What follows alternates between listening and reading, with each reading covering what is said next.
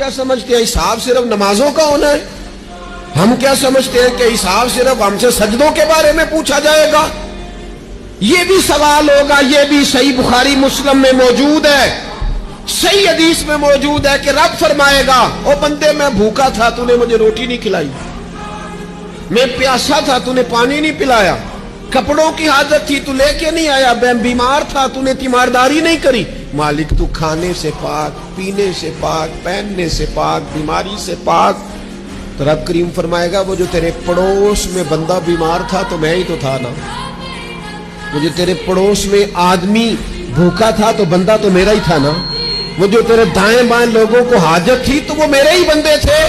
خدا کے بندے تو ہیں ہزاروں, بنو میں پھرتے ہیں مارے مارے.